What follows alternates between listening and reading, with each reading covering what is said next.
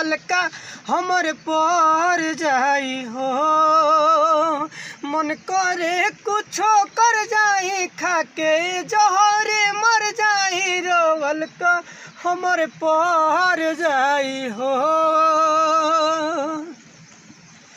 वादा कैलू तू झूठो के तबो हमके बिसरा दिहलू क्रिया खैलू तू जहिंगे ओहिंगे हमरो के खा गइलू।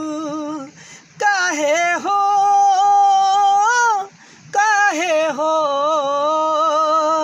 ए जाने हमर बा फिक्र तोहर फिर भी ना तो से कहेनी। बाजहर के जैसे जिंदगी हो हंस हंस के सब सहेनी हो।